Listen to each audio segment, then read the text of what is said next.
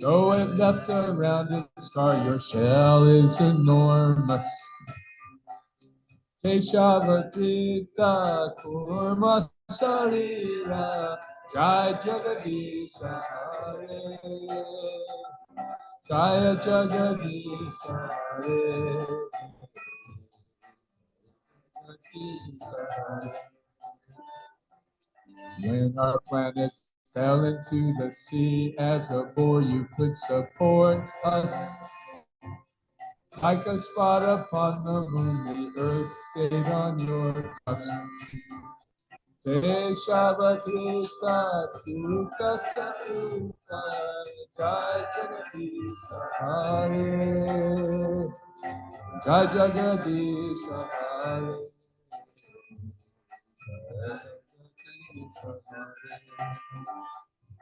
Your soft lotus hands have lions' nails, my lord, and you employ them on the wasp Hiranyakashipu to destroy him. Keshavadrita Harirupa Jai Jagadisha Hare Jaya Jagadisha Hare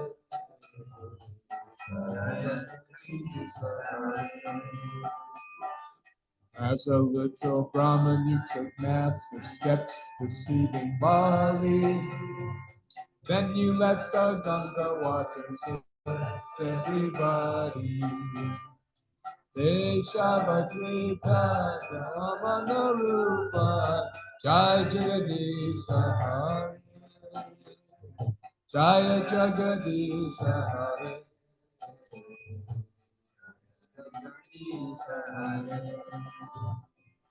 When you killed demonic rulers, waves of their blood left the earth cleansed. You're the cooling bath that ends our burning existence. Deshavadrita Rupati Rupa Jai Jagadisha Hare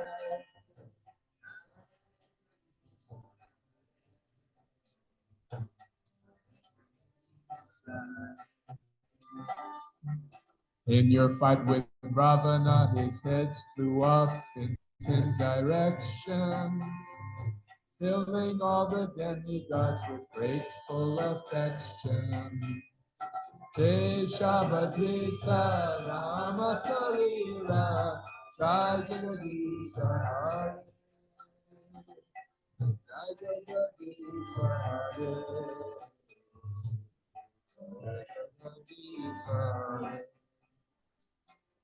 You cover your brilliant form of white with garments of monsoon blue. Jamuna herself is your great plow and obeys you. Deshavadrita Halatara Rupa Jai Jagadisha.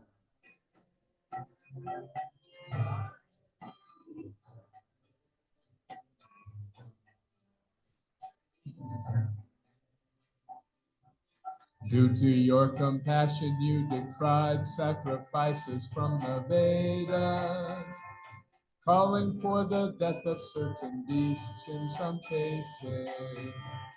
Keshavadrita Buddha Sarira Jai Jagadisha Hare Jaya Jagadisha Hare Jaya Jagadisha Hare. You destroy Malecha armies in Kali Yuga like a fireball. You and your amazing dauntless soul terrify all. Deshavadrita Kalki Sharira Jai Jagadisha Hare Jaya Jagadisha Hare. Jaya Deva sings this hymn to the 10 incarnations. Hear this best and sweetest of auspicious invocations. Keshavadrita Dasa Vidharupa Jai Jagadisha Hare Jaya Jagadisa Hare, Jagadisa Hare. Te Shavakrita Dasa Vigarupa Jaya Jagadisa Hare, Jaya Jagadisa Hare, Jagadisa Hare.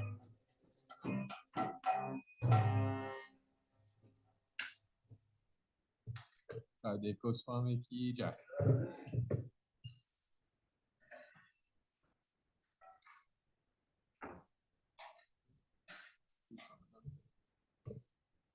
Om Namo Bhagavate Vasudevaya. Om Namo Bhagavate Vasudevaya. Om Namo Bhagavate Vasudevaya. Om Namo Bhagavate Vasudevaya. Om Namo Bhagavate Vasudevaya. Together, please. Narayanam Namaskritya Naram Chaiva Narottamam Devim Saraswatim Vyasam Tato Jayam Udirayat Nasta Pareshvabhadreshu Nityam Bhagavata Sevaya Bhagavati Utama Shloke Bhaktir Bhavati Naishtiki. That's right. This chapter is headlined by verse number 28, which is considered one of the most important verses of Srimad Bhagavatam. And we'll read that in some depth. I just wanted to contextualize a little bit here that we're reading and hearing about all of these different avatars of Krishna. And this is why most people think of Hinduism as polytheistic, as many gods. And of course, we understand all of these incarnations are coming from Krishna, these avatars coming in various forms, in various circumstances, and for various purposes. But everything comes originally, every one of them comes originally from Krishna. So the monotheism of Vaishnavism is profound. You know, there is a one supreme person, but he's then not limited to this very kind of narrow concept of God that we have in much of the Judeo-Christian world. Okay, so this verse elaborates on that. Ete changsa kala pumsam Krishnastu Bhagavan Swayam Indrari Vyakulam Lokam Mridayanti Yuge Yuge Ete Changsa Kalapumsa Krishnastu Bhagavan Swayam Indrari Vyakulam Lokam Mridayanti Yuge Yuge. Please chant. Ete Chamsa Kala Pumsa Krishnastu Bhagavan Swayam Indrari Vakalam Lokam Mridayanti Yuge Yuge. Ete Chamsa Kala Pumsa Krishnastu Bhagavan Swayam Indrari Vyakulam Lokam Mridayanti Yuge Yuge.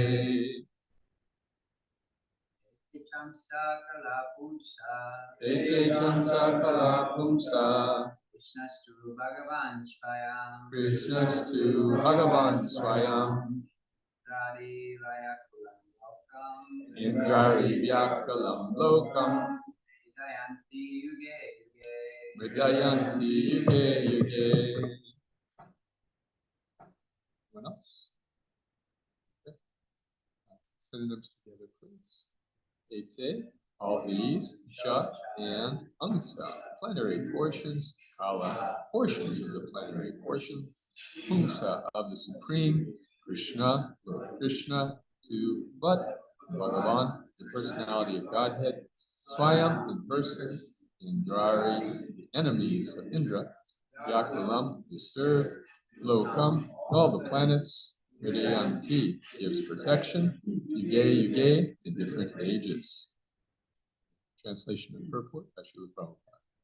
All of the above mentioned incarnations are either plenary portions or portions of the plenary portions of the Lord, but Lord Sri Krishna is the original personality of Godhead.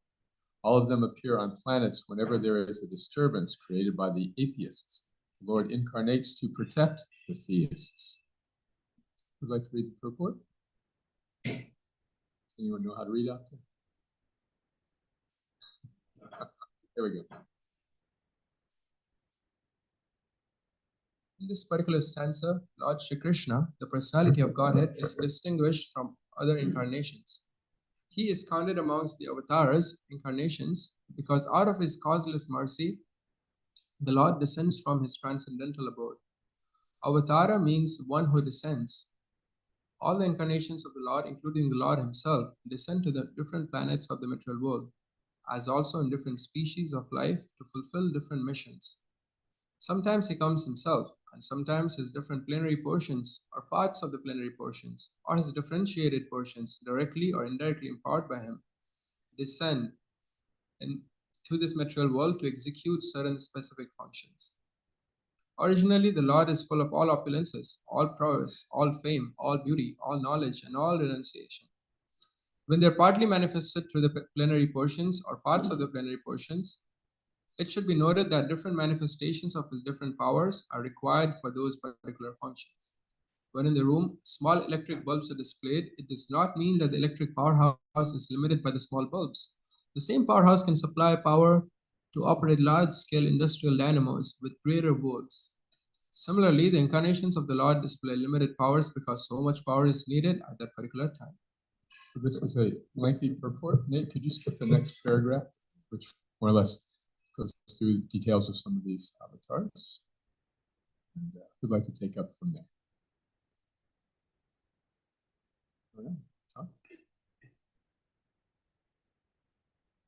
According to Srila Jiva Goswami's statement, in accordance with authoritative sources, Lord Krishna is the source of all other incarnations.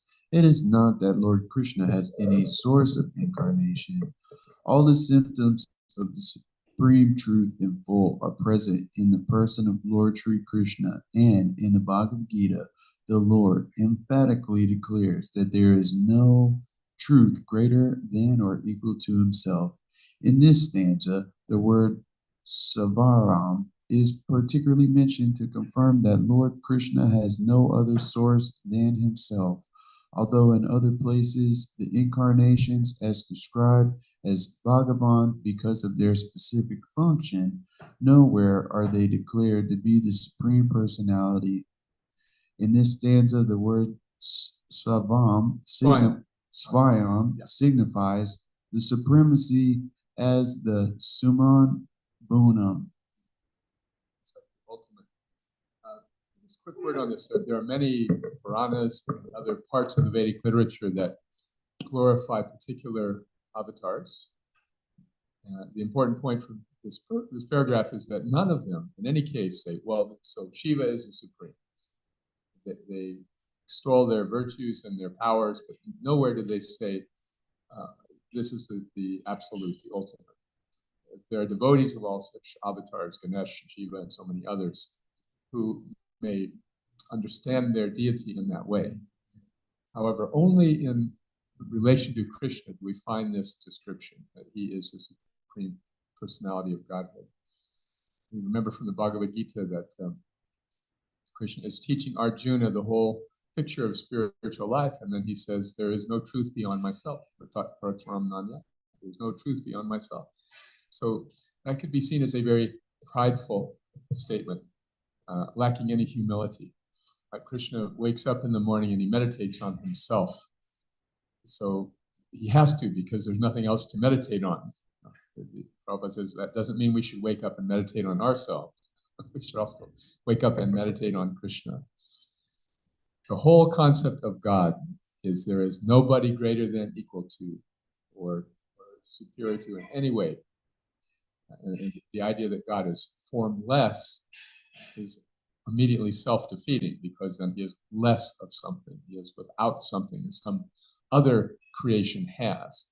So this is Krishna, and the Bhagavatam is outstanding amongst Vedic literatures. That's why we study it, because of this very reason. It directly, expressly identifies Krishna in this role. So any other discussion about this before we go on? John? Yeah, I just a little confused about like the original person is, it's not Vishnu, it's Krishna. So but Krishna is Vishnu. So was he Krishna first and then became Vishnu, and then that's probably in the Bhagavatam somewhere. It is, and then the Gita also. The idea of Vishnu, or the form of Vishnu rather, comes because of the desires of the living entities to enjoy in the material world. Mahavishnu is there creating the universes in which Kshirodakshaya Vishnu, or rather Garbhodakshaya Vishnu enters, and then Kshirodakshaya Vishnu enters the hearts of all the conditioned jivas. So these Vishnu expansions primarily deal with the material world. And the picture in the back there, this is Vishnu, very majestic. He's got the club and the disc to deal with enemies, and then he's got the lotus flower and conch to deal with friends. So however we choose to approach him, he's ready to reciprocate. In the Encyclopedia Britannica, we find that Krishna is one of the incarnations of Vishnu. But they've got it backwards. And this is because in the appearance of Lord Krishna, the demigods first go to the abode of Vishnu to pray. Do you remember this from Krishna book? So they pray to Vishnu, and Vishnu says, "Don't worry, Krishna is coming." And the other avatars also come through Vishnu, but Krishna is the origin of Vishnu. And there's another chapter in the end of the 10th canto. Do you remember this part where Krishna and Arjuna go to see Vishnu? Has anyone read this? So Arjuna has made a pledge to protect this Brahmin, and he'll die unless he does. And then he fails, and then Krishna says, "You can't kill yourself. Come on, Arjuna." And he takes him beyond the layers of the material universe out into the abode of Vishnu. And there, Vishnu is greeting Krishna, and to Arjuna, Vishnu is superior to Krishna. Krishna is his friend, but Vishnu is God. He's a ferocious or powerful God. And so Krishna offers his respects, so Arjuna is not confused. and then he asks, "So have you seen these sons of the Brahmin that Arjuna was supposed to protect?" And Vishnu says, "Yes, I have them. I just wanted to see you both." And so then they return with the boys, and Arjuna is wondering, why would he take all that trouble to see Krishna? So in this pastime, it appears Vishnu is Krishna's superior, but in fact, Krishna has orchestrated all of this for Arjuna's edification. So any other questions about Vishnu and Krishna? We're Vaishnavas, we're devotees of Vishnu, but Vishnu is coming from Krishna. So to be more precise, we are Krishnaites. Prabhupada signed his name in a guest book, Religion Krishnaite. All right, anything else? Yes, Prabhu.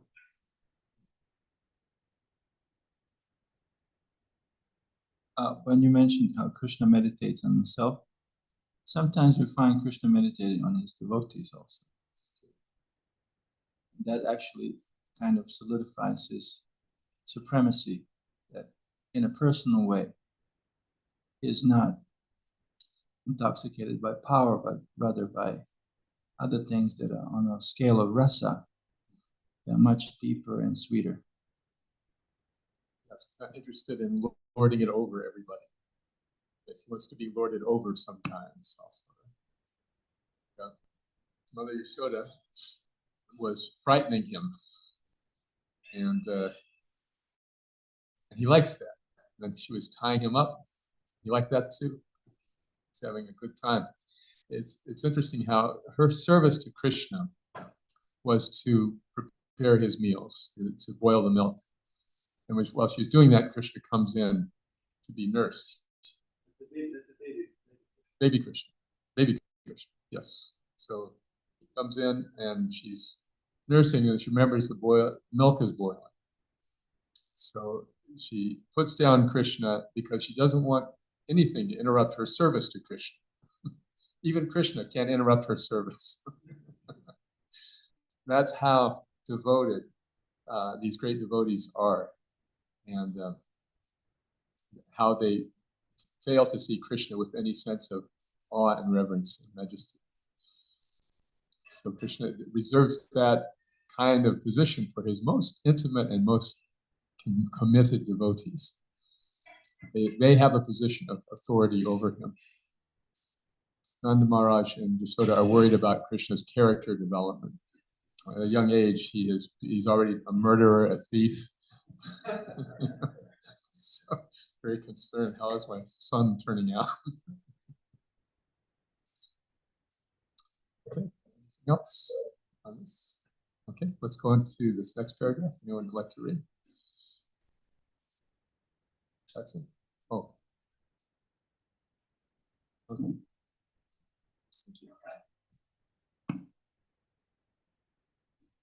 The summum bonum Krishna is one without a second. He himself has expanded himself in various parts, portions, and particles as Svayam Rupa, Svayam Prakasa, Tadakatma, Prabhava, Vaibhava, Vilasha, Avatara, Avesha, and Jivas, all provided with innumerable energies just suitable to the respective persons and personalities. If I could interrupt just a moment. These are all categories of incarnations. It's very technical. Some of them are fully Krishna, some are partially Krishna, some are empowered jivas by Krishna, some of them have pastimes, some have specific purposes. That's where all these categories come from. But they're all expansions of Krishna. Learned scholars and transcendental subjects have carefully analyzed the summum bonum Krishna and have 64 principal attributes. All the expansions or categories of the Lord possess only some percentages of these attributes, but Sri Krishna is the possessor of the attributes %, and his personal expansions such as Svayam Prakasa and Tadakatma, up to the categories of the avatars, who are all Vishnu Tattva, possess up to 93% of these transcendental attributes. Lord Shiva, who is neither avatara nor avesha, nor in between them, possesses almost 84% of the attributes. But the jivas, or the individual living beings in different statuses of life, possess up to the limit of 78% of the attributes. In the conditioned state of material existence, the living beings possess these attributes in very minute quality, varying in terms of the pious life of the living being. The most perfect of living beings is Brahma, the supreme administrator of one universe. He possesses 78% of the attributes in full. All other demigods have the same attributes in less quantity, whereas human beings possess the attributes in very minute quantity. The standard of perfection for a human being is to develop the attributes up to 78% in full. The living being can never possess attributes like Shiva, Vishnu, or Krishna. A living being can become godly by developing the 78% transcendental attributes in fullness, but it can never become a god like Shiva, Vishnu, or Krishna. He can become a Brahma in due course. The godly living beings, who are all residents of the planets in the spiritual sky, are eternal associates of God in different spiritual planets called Haridama and Mahesha Dhamma. The abode of Lord Krishna above all spiritual planets is called Krishna Loka, or Goloka Vrindavan, and the perfected living being, by developing 78% of the above attributes in fullness, can enter the planet Krishna Loka after leaving the present material body. These 64 attributes of Krishna are described in detail in the Nectar of Devotion, anyone who would like to read them. But just a few of them are exclusive to Krishna. Any of our scholars remember some of those qualities that are exclusive to Krishna? Enchanting flute. he plays he enchants the entire creation by the sound of his flute. No one else does that. Yeah. And you remember another?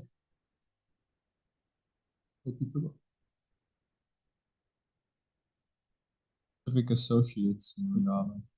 Always surrounded by specific loving associates. From another.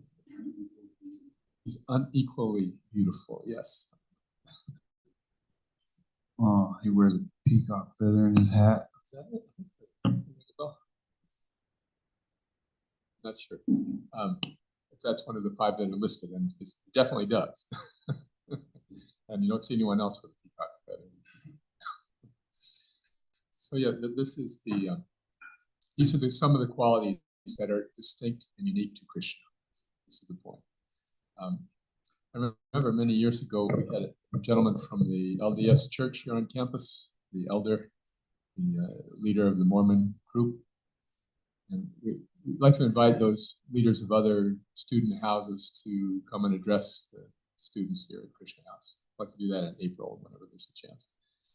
So he came to explain Mormonism to all the students, and it was very nice. We had good exchange, a lot of common ground, and yet there was this one thing. One of the students asked, a young girl named Ladini from New Vrindavan. She said, "So, in your theology, how do we understand that bad things happen to good people?"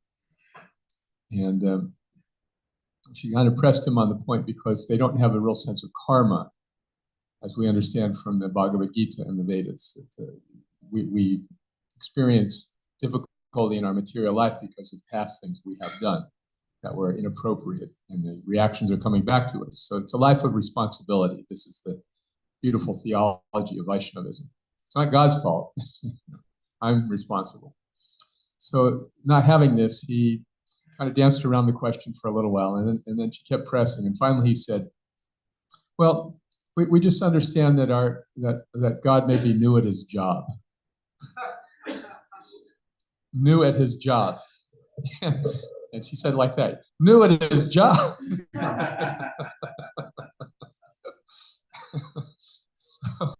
So he explained this aspect of Mormon theology that's not so commonly discussed, which is that if you are successful in your spiritual life, then you will become Jesus in your own universe. And if you're successful as a Jesus, then you'll become the God in your own universe.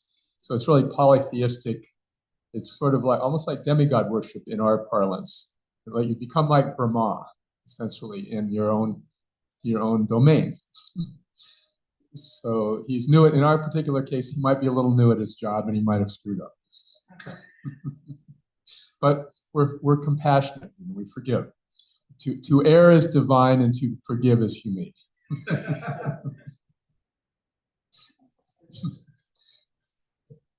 So with Krishna, we have no such problems because he does create countless universes, and he does have empowered representatives like Lord Brahma. And there's a Brahma in every universe, there's a Shiva in every universe, there's a Vishnu in every universe, and this is no problem for him. He's all of this is happening as sort of just a little sideshow. It's just for people who don't want to be in the spiritual association of Krishna. For them, they have this material universe, and then all of these arrangements are made for their convenience. And so those who are a little appreciative will be offering respect, sacrifice to the demigods who are taking care of their needs. And these are gradual steps towards returning to our original position as Krishna's eternal servant. That's the whole purpose of the Vedas, is to help living beings in any stage progress gradually back to their original blissful position with Krishna. It's just like any appliance comes with instructions. You don't have this whole creation without a purpose or an explanation of how it works and how you can navigate it. So this is the real purpose of the Vedas. However, in the next chapter 4, which we'll start tomorrow, in fact, we're going to cover the whole chapter in our overview in one day. Who's that person giving that class? Is it Advaita? Okay, so you're going to explain how the author of the Vedas was depressed, right? After doing all of this beautiful arrangement for the living beings, he's still depressed. And he's an avatar himself, a literary incarnation. This is how we got Srimad Bhagavatam. It's the essential part. Like they say, when you get a new computer or something, right, there's an instruction manual, but then there's a quick start, right? For those who don't bother with instructions, right? It's your quick start, like 4 pictures, plug, push. So you could say Srimad Bhagavatam, in a way, is like the quick start, just getting us right to the point, how you can start using your life properly in the material world. So this last incarnation, we're going to read for the end of our class, the last 4 verses in this chapter, 40 through 44. The sages have asked at the outset of Srimad Bhagavatam, tell me about the incarnations, tell us about the incarnations. And then they also ask, what's going to happen to spirituality now that Krishna is leaving this world? So in reply, the last 4 verses of this chapter, talking about all the other incarnations, we're going to read these last 4 verses talking about the literary incarnation. So could we pass around mics and take turns reading these 4 verses, please? Someone who hasn't read yet, please. Ladies, very quiet, very thoughtful this morning. How about on the ladies' side?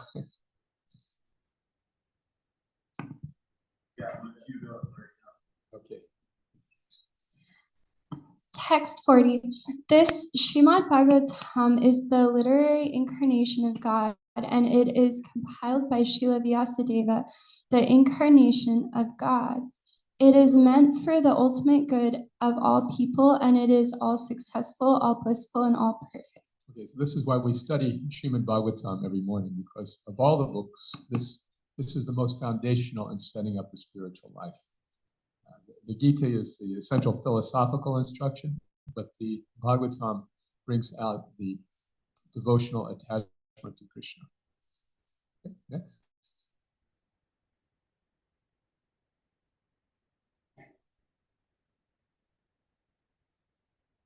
Vyasadeva delivered it to his son, who was the most respected among self-realized, after extracting the cream of all Vedic literatures and histories of the universe.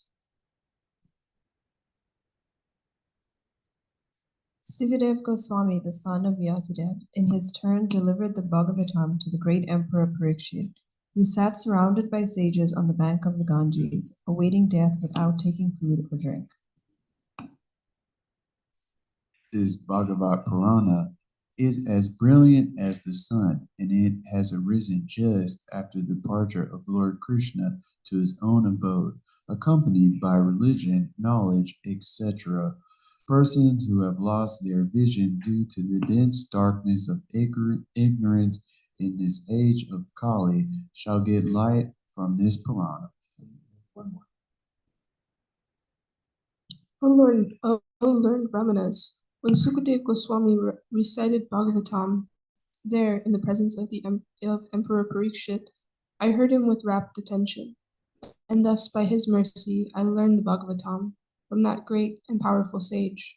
Now I shall try to make you hear the very same thing as I learned it from him, and as I have realized it. Thank you. Okay, so this is a very pivotal verse now, because Bhagavatam begins with these sages asking these very pressing questions. They ask Sutta, who is considered the best amongst them, and Sutta is responding in the subsequent chapters. So now he's saying, okay, now I'm going to explain to you the answers to your question based on what I heard from Maharaj Parikshit talking with Sukadeva Goswami. So these are like nesting dolls, you know those Russian nesting dolls? You open one and there's another one inside. So this is Bhagavatam. There's a conversation. Inside that, there's this other conversation, sometimes up to 6 or 7 layers deep. But at the foundation, we have Sutta. And at this verse we're hearing now, Sutta explaining, I'm going to tell you everything about this conversation between Sukadeva and Parikshit Maharaj. So the rest of the first canto is dedicated to the backstory of Parikshit Maharaj, directly or indirectly.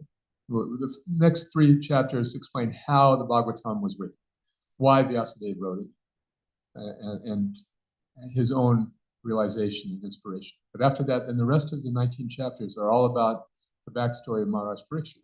Shukadev Goswami does not say one word in the entire first canto. So it's all the setup. So when Shukadev does arrive at the end of the 19th chapter and he begins speaking, it's in the beginning of the second chapter that he's answering these questions from King Parikshit, who's in a very distressed condition. So the second canto comes out of the gate very strong, very heavy verses, but we'll get to that another semester. Meanwhile, by the time we finish this semester, you should understand how Bhagavatam came to be spoken. Well, actually, it's 2 semesters. Yeah. We used to kind of pack it into 1 semester, but by popular demand. All right, so the whole purpose of Bhagavatam, this literary incarnation, is to just help us come closer to Krishna. So I want to end class by asking you, in your own spiritual journey, what are some of the things that have brought you closer to Krishna? Who'd like to share? What brings you closer to Krishna? Or what does it mean to you to be closer to Krishna? That's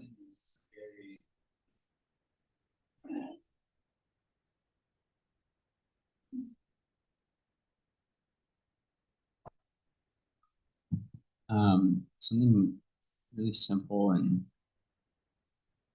also profound that I've been experiencing recently that's bringing me closer is just looking at Krishna in the eyes in paintings.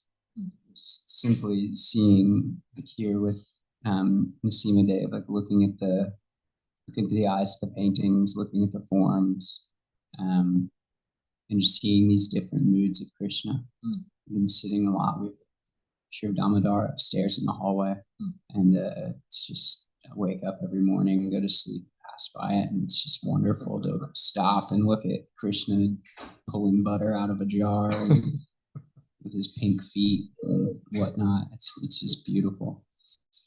That's Prabhupada called them windows to the spiritual world. Okay. John and then Kunti. Okay.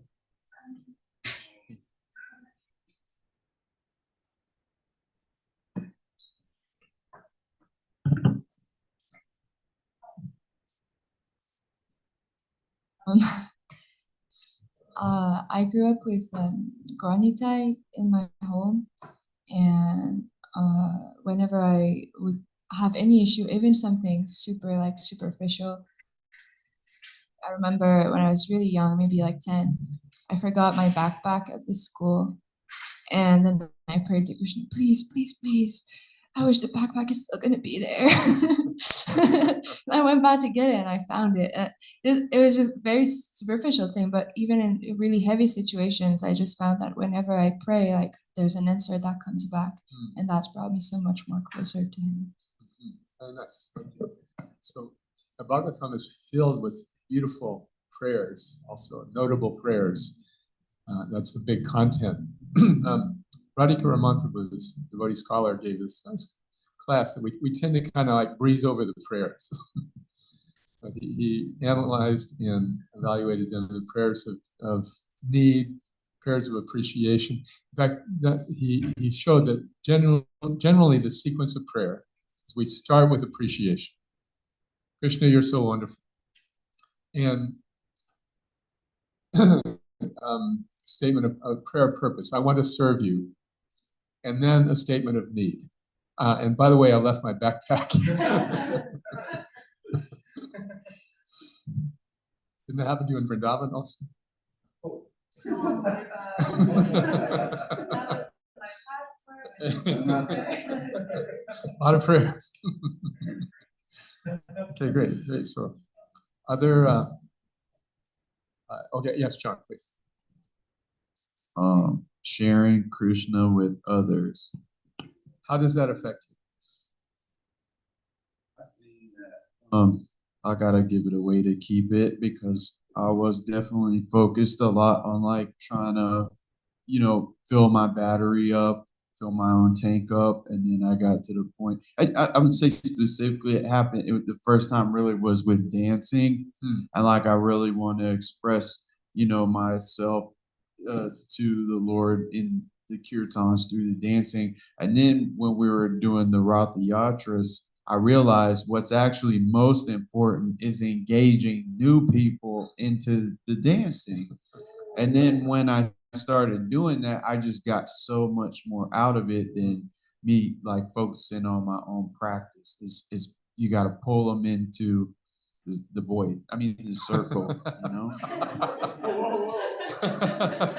I called it the void. It was like a big circle, and I was just like, it felt like, you know, we were in outer space, and I was just pulling new stars into, you know, into orbit. Into the orbit.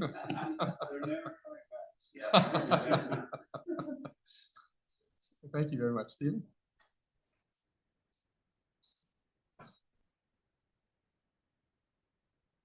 I find that being honest with Krishna about how I really feel brings me closer to him in prayer or in, you know, a contemplation. Yeah, because you can't fool him. You may be able to fool yourself into thinking that you feel some kind of way or that you're of a certain you have certain characteristics, but yeah, Krishna already knows. And so it's nice to acknowledge that, like, Krishna, you already know this, but I am such and such, I feel such and such way. It's beautiful, really deep. Yeah, remember 1984, Big Brother is watching you. This dictator's presence is everywhere. You can't escape the cameras. And that's meant to instill fear. And it's kind of also a common concept of God. He's watching you, so you better behave. And Krishna is definitely watching, but he's like, come on, you can do it, you can do it. Any little effort we make towards coming to him, he's reciprocating so much. He's so much on our side and so much filled with compassion and care and love for us, even when we're screwing up. And even when we're screwing up, he knows we're just going to bang our head on the material energy and say, okay, maybe I'll come back to you now, Krishna. But still, that's why he says that everyone is on my path in all respects, even those who are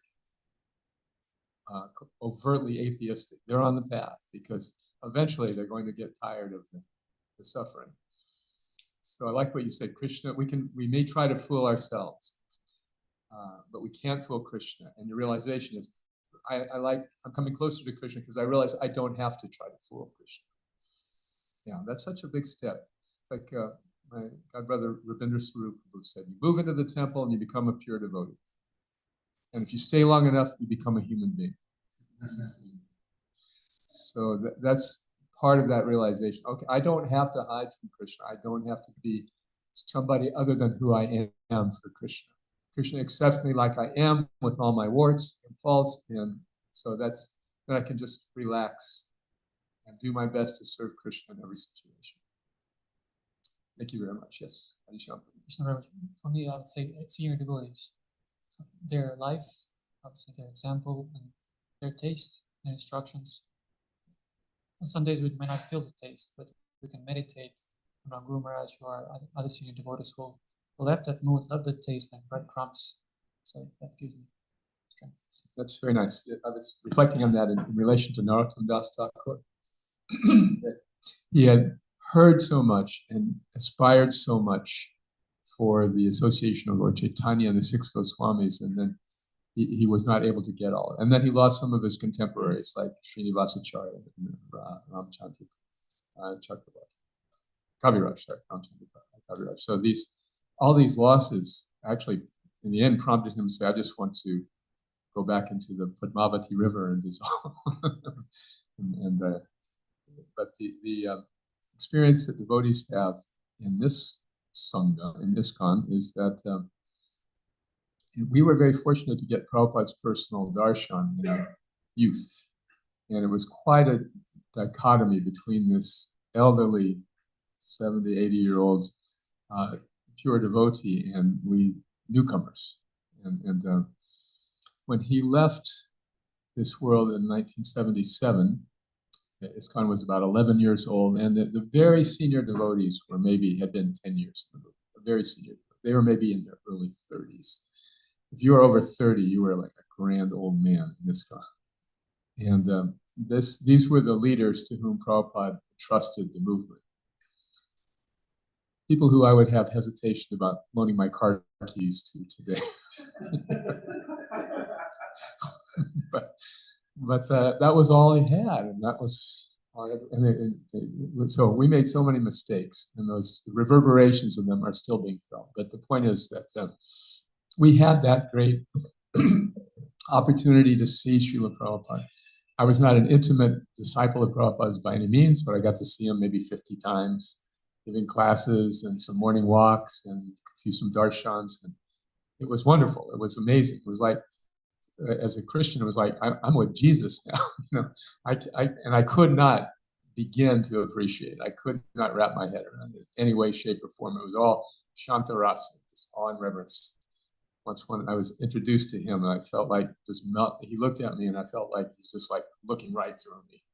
And we always felt like that. All of us who had this experience of Prabhupada, meeting Prabhupada, we felt like he's just looking through me, and we felt so dirty. We just want to like melt into the floor. But later, his servant was explaining when he was meeting new disciples, he was thinking, okay, Krishna sent me this person. How can I engage this person? Not the big brother, like, oh, what a rascal. But rather, okay, how can I help this person? That was what we were seeing, and we didn't know how to process that emotion. So when I see devotees today, and I see devotees becoming attached to Prabhupada, I have great hope and joy, because they see that this movement has veracity, centered around Prabhupada, centered around this attachment to Prabhupada. And nobody can replace him. And at the same time, you have something that we didn't have, that is experienced devotees, which, as you're saying, has been helpful for you. In many ways, it's more relevant and helpful for people to be able to speak on the other side of an adult life in Krishna consciousness. To say, okay, this is what you can expect, this is how you can handle it. And the common denominator is Prabhupada, and then I do feel that successive generations will build upon the mistakes of the early disciples. And so you can take the advantage of those people who are, the main thing is how many people have just stayed with it. If we want to stay with it, we need to hang out with people who stuck with it, right? And that's the thing that we just didn't have. So many of our early leaders ultimately couldn't stick with it. And that was heartbreaking for so many younger devotees. So if you can find people who managed to stick with it, and specifically stick with ISKCON, that's Prabhupada's Sangha. And with all its problems, it's still going on, the movement that refused to die. Because Prabhupada is at the heart of it. So anyway, yes, thank you, senior devotees. It's very important. Yes, last point. So I have spiritually minded friends, peers, and also like mentors I look up to for advice. So whenever they have any projects and they engage me in some way, I feel like that makes me feel very fulfilled. And if they have any like instructions for me, this is what will help you become a better human being, and if I can act on it, I feel that also brings me closer to Krishna. So your association with other and pleasing them, it's like it must be pleasing. What's that verse from the third canto of Lord Kapiladev on this point? Satam prasangam. Mama Virya Samvido Bhavanti Rit Karna Rasayana Katha Tachoshanad Apavarga Vartmani Shraddha Ratir Bhatir Anukramishati.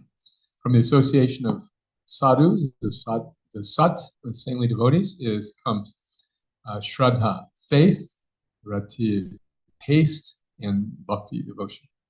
Anukramishati, it's come progressively. Okay, thank you. All right, anything else? Question, comment, Nick? Go way out. What brings you closer to Krishna? Yeah, I think that's such a great question, and I've been loving hearing everyone's answers. Yeah, recently I feel like what makes me feel more in tune is coming into a little bit more of a receptive mind state, like headspace, and instead of always trying to implement something, just trying to take a step back, have a little more acceptance. Yeah, I think that's what recently has made me feel more into. That feeling, yeah. You know the story of the marathon. Marathon is the longest event race in the Olympics, 26.2 miles, and the marathon runner in the historical document ran to bring news of the victory to Athens, victory over the Persians. There's some simile of that. In any case, the experience of bhakti is a marathon. We tend to start out as a sprint. Just like experienced marathoners know, okay, first thing is, I'm going to get a pace I can maintain. And the inexperienced marathoner thinks, I'm going to lead the pack. And then before long, running out of juice. So that's all part of the process of finding our footing. But it's important to understand that in our varna, in our ashram, in our spiritual practices, in our association with other devotees, we want to hit a pace that we can maintain. Because we look at the long picture. This is a marathon. How can I stay my whole life in bhakti? It's just one little lifetime. That's so many lifetimes. This is one little lifetime. What am I going to need to just stay steady? I can't be dishonest. I can't put up a facade and maintain that for 60 years, right? I got to be who I am. Krishna knows. I got to be a little humble about it. Okay, I'm really not as advanced as I thought I was. Then we can stay. All right. Srila Prabhupada ki jai. Srimad Bhagavatam ki jai. Now, the real reason we all are coming closer to Krishna. So we're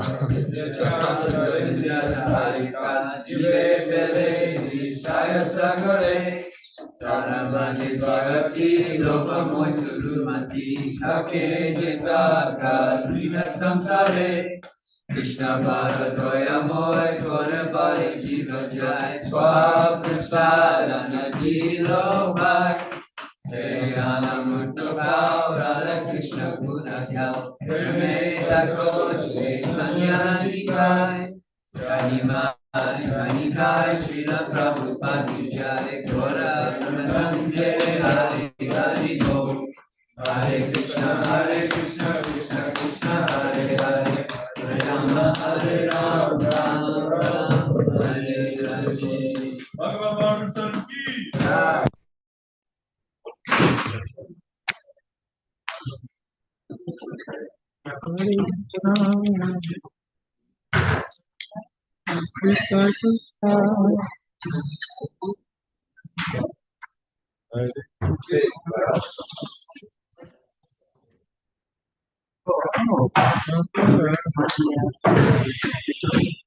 Well, I miss your like.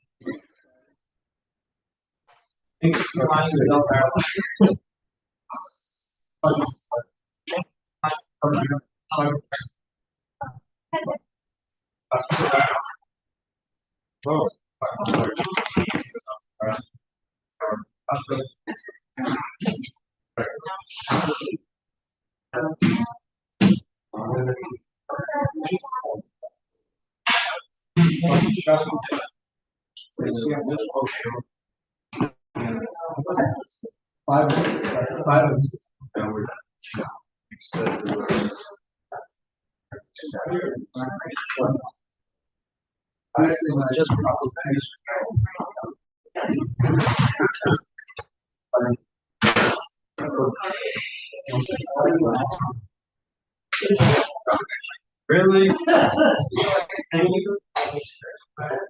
Yeah.